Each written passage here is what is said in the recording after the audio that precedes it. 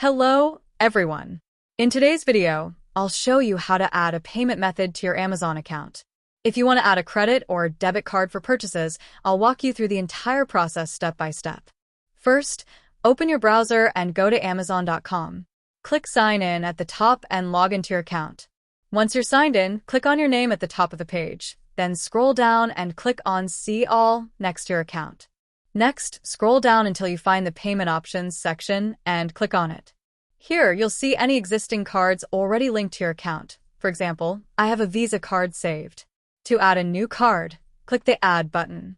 You'll be given several options. Choose Add a credit or debit card. Now, simply enter your card details, the card number, expiration date, and the name on the card. Once you've filled in the required information, click Add your card and continue.